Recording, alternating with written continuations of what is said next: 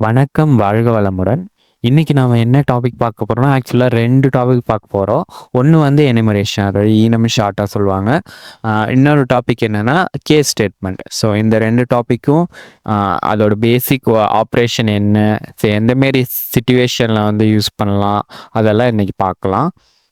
நான் வந்து எப்பயும் போல ஒரு ஸ்டாண்டர்ட் ப்ராஜெக்ட் வந்து கிரியேட் பண்ணிக்கிறோம். ஜஸ்ட் ப்ராஜெக்ட் நேம் கொடுத்துட்டு ஓகே கொடுத்துக்கலாம். ஆஸ் யூஷுவல் ஸ்ட்ரக்சர் டெக்ஸ்ட்டே ஓகே தான். ஸோ கேஸ் ஸ்டேட்மெண்ட் அதெல்லாம் ஸ்ட்ரக்சர் டெக்ஸ்ட்டில் தான் நம்ம யூஸ் பண்ண முடியும். ஓகே, இப்போ என்ன பண்ண போகிறோன்னா, எனுமரேஷன் ஃபஸ்ட்டு பார்க்கறதுக்கு முன்னாடி ஒரு எக்ஸாம்பிள் லாஜிக் வந்து கிரியேட் பண்ணலாம். ஓகேவா? ஸோ அந்த லாஜிக் கிரியேட் பண்ணிட்டு அதில் அந்த லாஜிக்கில் எங்கே வந்து நம்ம எனுமரேஷன் யூஸ் பண்ணலாம் அப்படிங்கிறத பார்க்கலாம். ஓகேவா? இப்போ வந்து நான் வந்து ஒரு டிவைசஸ், ஒரு 4 டிவைசஸ் 3 ஆர் 4 டிவைசஸ் என்கிட்ட இருக்குது. ஸோ அந்த 4 டிவைசஸ்க்கும் டிஃப்ரெண்ட் டேட்டா வந்து எனக்கு கிடைக்குது. அந்த டேட்டா வந்து நான் வந்து ஒரு அரே கிரியேட் பண்ணிக்கிட்டு அதுக்கு வந்து ஸ்டோர் பண்ணணும். ஸோ அரே ஆஃப் எத்தனை டிவைஸ் இருக்கோ மினிமம் டு மேக்ஸ் கிரியேட் பண்ணிவிட்டு அதில் வந்து அந்த பர்டிகுலர் டிவைஸோட டேட்டாஸை வந்து நான் ஸ்டோர் பண்ணணும். ஸோ அதுக்கு என்ன பண்ணுறேன்னா, டிவைஸ் லிஸ்ட் நான் வந்து ஜஸ்ட்டு ஒரு நோட் பேடில் வந்து டிவைஸ் லிஸ்ட்டை வந்து லிஸ்ட் பண்ணிக்கிறேன்.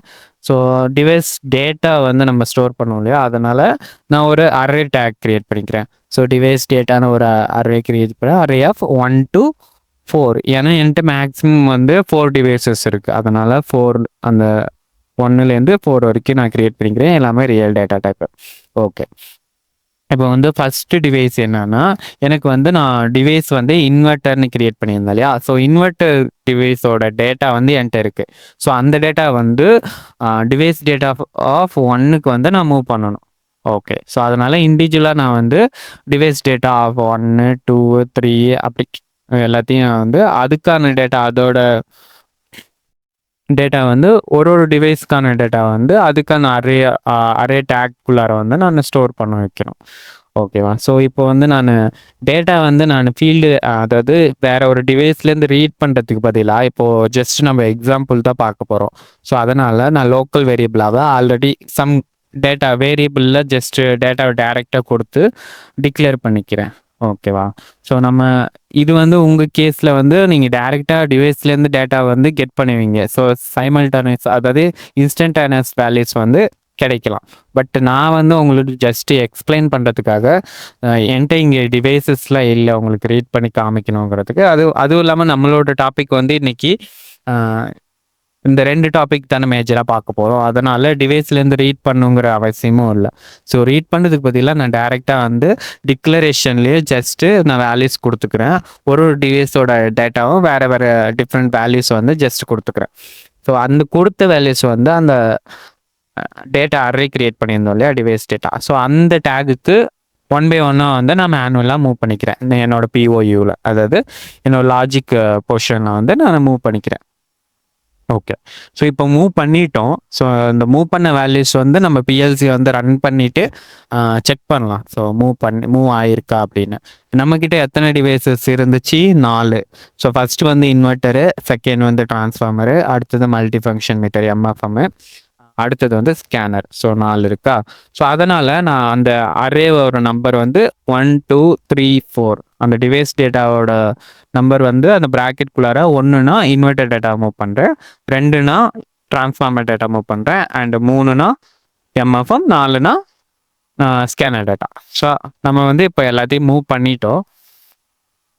இப்போது லாகின் பண்ணுறேன். ஸோ என்னோட க்ரெடென்ஷியல்ஸ் வந்து நான் ஃபில் பண்ணிக்கிட்டு ஓகே கொடுத்துட்டேன்னா எனக்கு பிஎல்சி கனெக்டிவிட்டி ஆகிடுச்சு. இப்போ நான் வந்து ஆன்லைன் போகிறேன், அதை டிப்ளை பண்ணுறேன் என்னோட டேட்டா ப்ரோக்ராமை.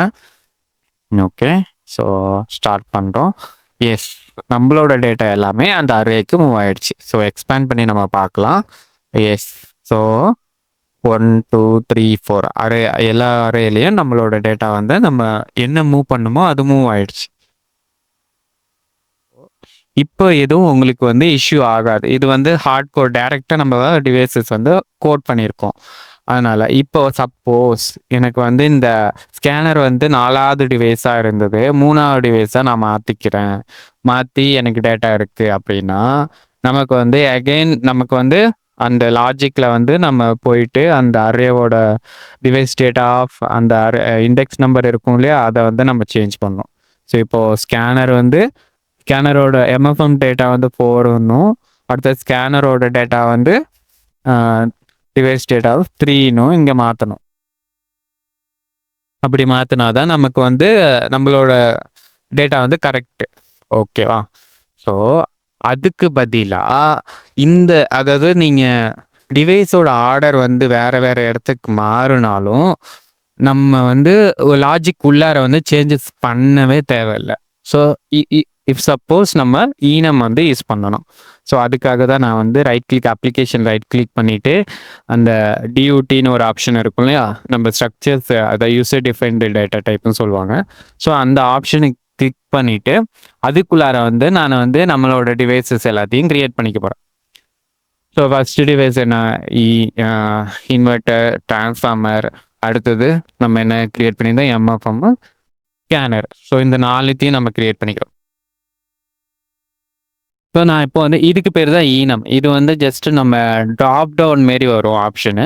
லாக்இன் பண்ண பிறகு நான் காமிக்கிறேன் அந்த ஆப்ஷன் எப்படி வரும்னு. இன்னொன்று என்ன சொல்லணும்னா, நீங்கள் எதனா வெப்சைட்டில் வந்து டேட் செலக்ட் பண்ணும்போது கிளிக் பண்ணிங்கன்னா அது ட்ராப் டவுன் 1லேருந்து 30 ஆர் 31 அந்த மாரி வரும். ஸோ அந்த மந்த்துக்கு எத்தனை டேட்ஸ் மேக்ஸ் இருக்கோ அது ட்ராப் டவுனில் வரும். ஸோ அதுதான் அந்த மாரி இருக்கிறதுக்கு பேர் தான் ஈனம். அதாவது ட்ராப் டவுனில் வந்து நம்மளோட ஆப்ஷன்ஸ் எல்லாமே க்ரியேட் பண்ணதை காமிக்கும். நம்ம வந்து அதில் செலக்ட் பண்ணாவே போதும். ஸோ இப்போ வந்து நான் முன்னாடி வந்து நம்ம டைரெக்டாக இண்டெக்ஸ் நம்பர் கொடுத்துருந்தோம் இல்லையா, ஹார்ட் கோடோட. ஸோ இப்போ என்ன பண்ணுறேன்னா நான் அந்த ஈனமை வந்து கொடுத்துக்கிறேன். ஸோ எந்தெந்த டிவைஸோ எனக்கு வந்து ரைட் சைடில் வந்து டிவைஸ் நேமோடைய டேட்டா இருக்குது. ஓகேவா? டேக்லேயே வந்து டிவைஸ் நேம் வந்துடுது.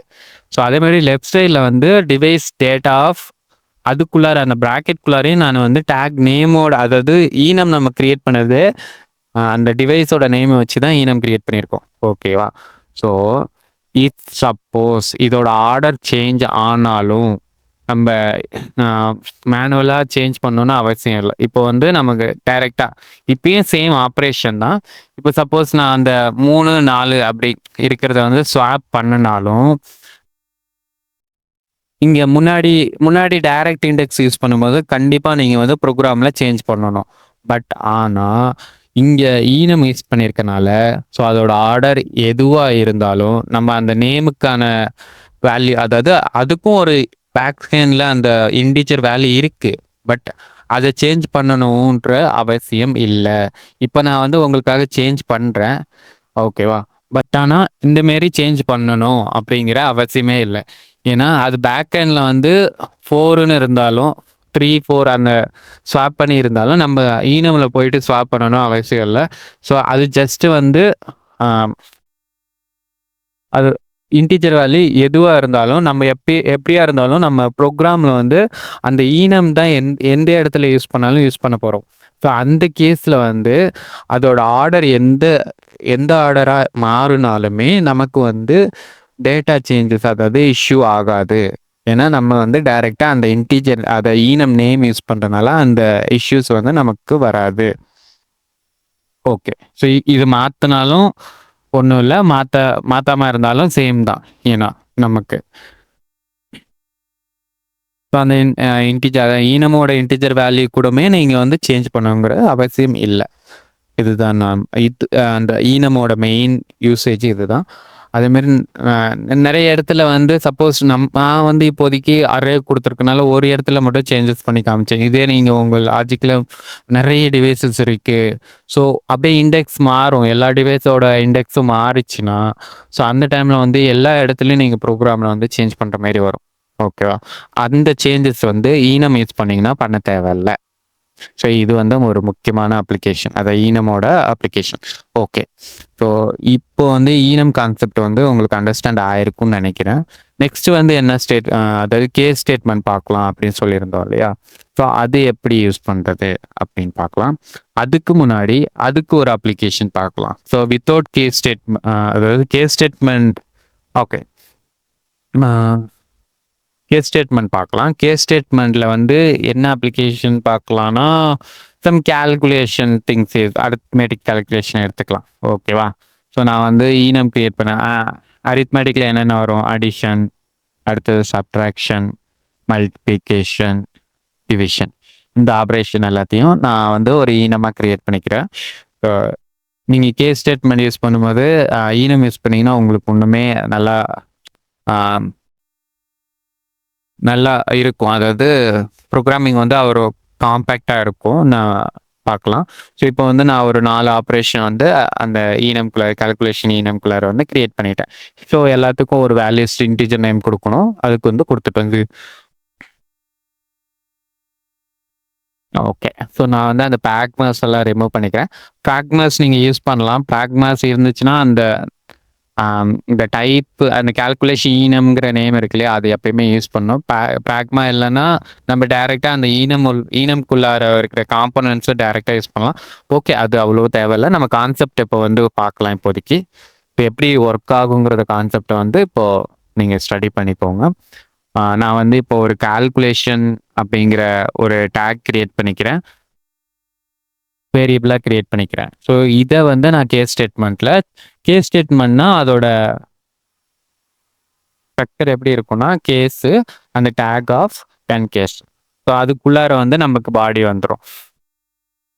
ஓகேவா? கேஸு நான் அந்த டேக் போட்டுக்கிட்டேன், கால்குலேஷன் என்ற ஒரு டேக்கு. ஸோ அந்த டேக்கில் என்ன வேலை இருக்கோ அந்த பர்டிகுலர் கண்டிஷன் மட்டும்தான் இங்கே வந்து எக்ஸிக்யூட் ஆகும்.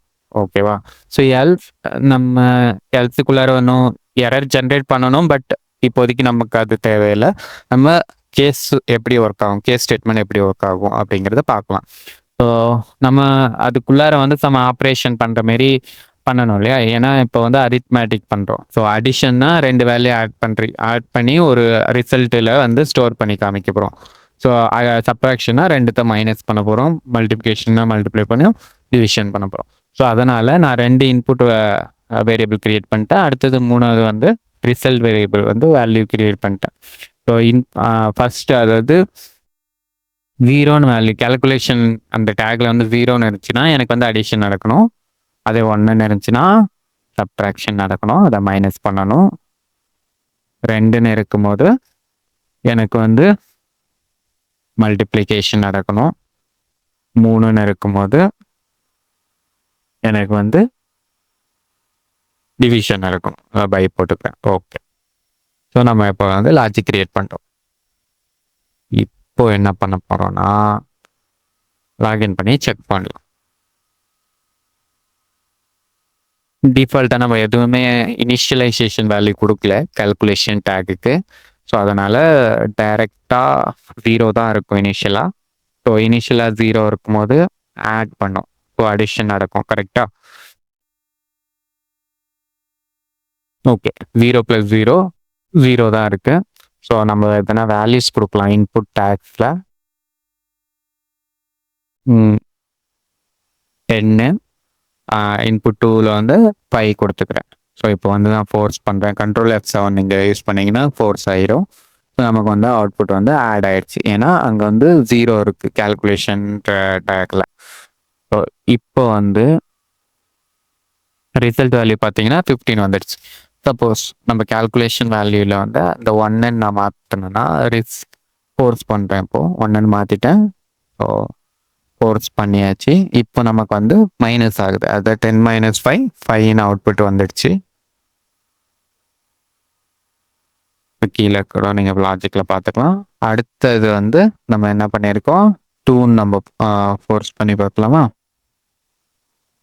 ஓகே, 3 பண்ணியிருக்கேன். ஸோ 3 பண்ணால் என்ன நடக்கணும், நமக்கு டிவிஷன் நடக்கணும். ஓகே, டிவிஷன் நடந்து நமக்கு 2 கிடச்சிச்சு. அடுத்து நீங்கள் 3 அதாவது 2 ஃபோர்ஸ் பண்ணாலுமே சேம் அதுக்கான ஆப்ரேஷன் என்ன மல்டிப்ளிகேஷன். நமக்கு வந்து 50 10 × 5 50. நமக்கான அவுட்புட்ஸ் எல்லாமே ப்ராப்பராக ஒர்க் ஆகுது. ஸோ இப்படி தான் வந்து நம்ம கேஸ் ஸ்டேட்மெண்ட் ஒர்க் ஆகும். ஸோ அந்த கேஸ் டேக் அங்கே கொடுக்குறோம் இல்லையா, ஸோ அதில் என்ன வேல்யூ இருக்கோ அதுக்கான அப்ரோப்ரியேட் கண்டிஷன்ஸ் வந்து எக்ஸிக்யூட் ஆகும். ஓகே, ஸோ இப்போ நம்ம ஆல்ரெடி நம்ம ஒரு ஈனம் கிரியேட் பண்ணியிருந்தோம் இல்லையா, அந்த ஈனம் எப்படி நம்ம இது கூட யூஸ் பண்ணுறது. ஸோ இன்டிஜர் டேக் பதிலாக அந்த ஈனம் வந்து டேட்டா டைப்பை வந்து ஈனமாக கொடுத்துட்றேன் நேமு. ஸோ அந்த எவ்ரி டைம் உள்ள வந்து கண்டிஷனில் வந்து டைரக்ட் வேல்யூஸ் நம்ம கம்பேர் பண்ணோம் இல்லையா, அந்த டைரக்ட் வேல்யூ கம்பேர் பண்ணுறதுக்கு பதிலாக இந்த ஈனமை வந்து நம்ம ஜஸ்ட்டு போட்டுக்கணும்.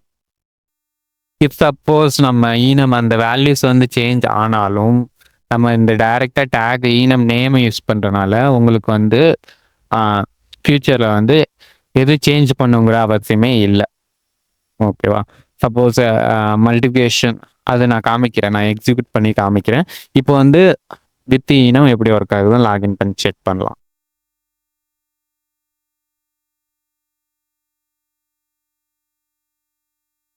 எஸ், லாகின் பண்ணியாச்சு.